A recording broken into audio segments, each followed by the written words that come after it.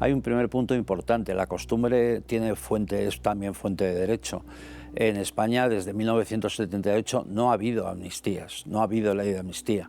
Esto que apenas se ha mencionado es muy importante, es decir, no tenemos una práctica de amnistía, será por algo, será porque alguien ha dicho esto puede interesar, pero no lo hacemos porque no está previsto en la Constitución.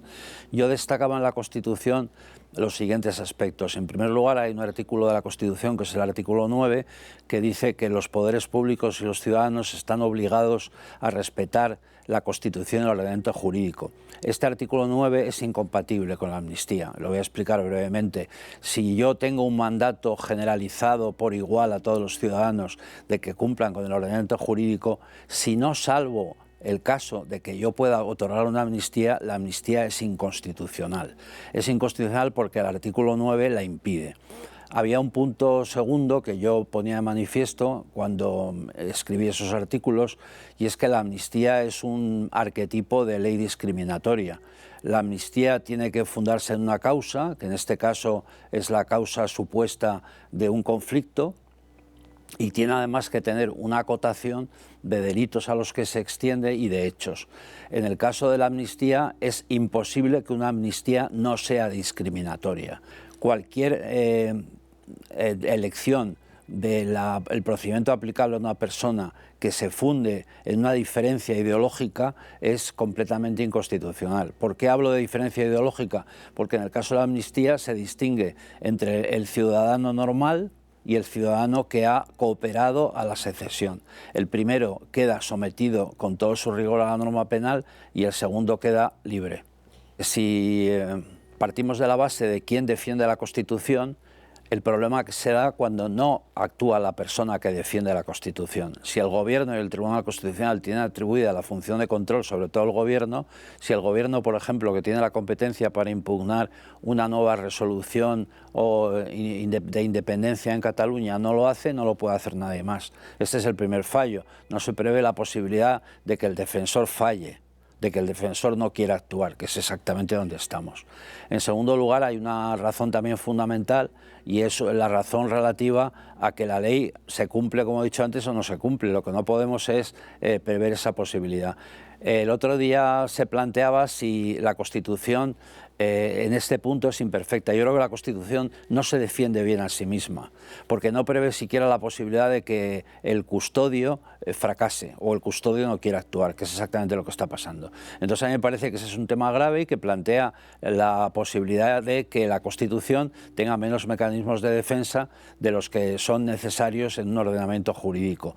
Lo que está pasando es el producto de esa falta de mecanismos de defensa. Por un lado, la doctrina constitucionalista está muy callada. Hay muy pocas voces hablando de este tema, está más bien callada por respeto, por lo que fuera, y por otro lado, en el Congreso de los Diputados los mecanismos de defensa están en el trámite de admisión. Es decir, si llega una iniciativa en que el proyecto o la proposición de ley plantean asesinar legalmente a una persona, pues evidentemente no puede pasar el trámite de admisión. Si llega una proposición o proyecto de ley que diga que se sentencia a 20 años a una persona, pues no puede ser admitida. Es decir, el trámite de admisión es un trámite esencial, porque si no, planteas ante el Congreso cualquier iniciativa, por muy disparatada que sea. Yo creo que aquí está fracasando el sistema de control dentro del Congreso y los sistemas de controles externos. Yo creo que lo que hay es un fallo sistémico. Hay un fallo global de la tramitación del Congreso de los Diputados, que empieza por un informe que realmente lo único que dice es que la amnistía no es palmariamente inconstitucional, y sigue por un procedimiento ad hoc que han creado para tramitar esta ley, lo cual de por sí ya es atributivo de nulidad. ¿Por qué es un procedimiento ad hoc? Porque se han vulnerado normas esenciales. Primero se ha aprobado por la mesa, en base a un informe complicado. Después se ha enviado a la comisión, ahí no hay nada que decir, se ha enviado a la Comisión de Justicia, es más bien dudoso, sería más bien la Comisión Constitucional, pero hay un tercer punto, la tramitación que se ha seguido ahí.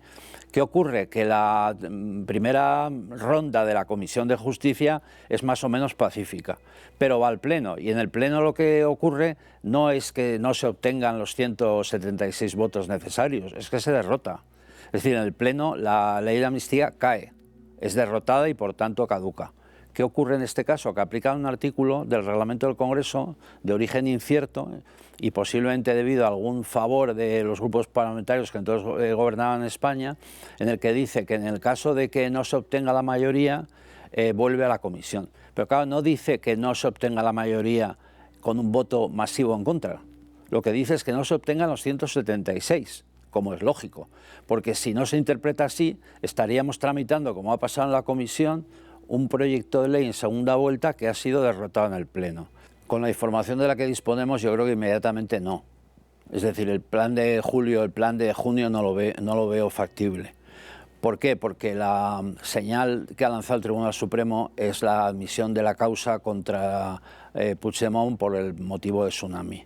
Yo creo que esto es una señal fuerte, en el sentido de que, aunque no prejuzga la decisión final del Tribunal Supremo, está apuntando a un planteamiento de una cuestión prejudicial en base al derecho europeo, en la que en el propio planteamiento suspende el Tribunal Supremo la ejecución de la ley. Si el Tribunal Supremo suspende la ejecución de la ley, el levantamiento de las órdenes de detención desaparece. Esto es muy importante. Es decir, la aplicación de la ley automática supone una especie de juez máquina que tiene que hacer, como le dice la propia proposición de ley, todo lo que le dicen, lo cual ya plantea un problema. Es decir, el juez no es un juez máquina, el juez interpreta el ordenamiento jurídico. ¿Qué pasa? Que yo creo que la señal del Supremo es una señal fuerte, porque si admite a trámite el expediente del juez García Castellón y ve delito en estos hechos, resulta muy complicado el mantener que vaya a aplicar tranquilamente al delito de terrorismo a la amnistía. Eso en un punto esencial.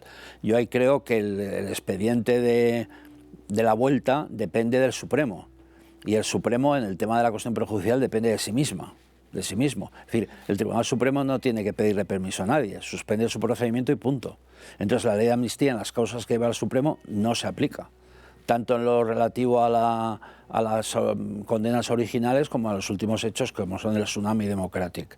Entonces yo creo que ahí la señal es muy fuerte, no se puede asegurar que vaya a seguir ese criterio. Yo veo a la Fiscalía de la Sala Penal muy firme, creo que va a plantear una defensa firme, como ha demostrado, y veo muy hipotética la aplicación a Puigdemont de una amnistía, muy hipotética y muy dudosa. El Tribunal Constitucional y el Tribunal Supremo, ambos pueden entender sobre la ley. El Tribunal Constitucional tiene una facultad de declarar la nulidad, inconstitucionalidad y nulidad de la ley. El Tribunal Supremo tiene una facultad de decir esto vulnera el artículo 19 del Tratado de la Unión o los principios fundamentales de la Unión, y yo lo que hago es que planteo la cuestión prejudicial y le digo al Supremo, ¿es esta ley compatible con el Tratado de la Unión? Que es la pregunta que va a hacer el Supremo. Automáticamente, aunque no lo dice directamente el Estatuto del Reglamento, el Tribunal Supremo tiene la facultad de suspender. Podría darse el supuesto de que fuera el propio Puigdemont en amparo al Tribunal Constitucional contra la decisión de suspender. Ahí el Tribunal Constitucional tiene muy limitadas las facultades, porque lo que no existe tiene que probar que ha habido una lesión de un derecho fundamental y tiene que probar que el Tribunal Supremo no tiene por sí la competencia. Entonces, si el Tribunal Constitucional entra en ese terreno, estaría invadiendo la competencia como juez superior del Tribunal Supremo. Tiene que andarse con muchísimo cuidado, porque eso supone un paso más en las limitaciones del juez ordinario. Si a las limitaciones que se han introducido se quedarán levantadas las órdenes, añades el que el Tribunal Constitucional entre a juzgar las competencias del Supremo, nos pondríamos en un escenario efectivamente de choque entre instituciones, pero en que el Tribunal Supremo sigue teniendo el control de la acción. ¿Por qué? Porque la causa del Puigdemont y del tema de la secesión no está en manos del TC, está en manos del Tribunal Supremo. Entonces lo que no puede hacer el Tribunal Constitucional es quitársela. Como mucho puede decir, ha vulnerado, pero ya es cuestión del Supremo ejecutar esa. Yo creo que están pensando, la hipótesis Julio está pensando en eso. Está pensando en que una paralización del trámite por el Supremo pueda ser recurrida a amparo por Puigdemont o por otros, y que el Tribunal Constitucional interfiera en la acción del Supremo. Yo la veo, además de arriesgada técnicamente, la veo improbable, pero no improbable que se plantee, sino improbable que, digamos, tenga éxito.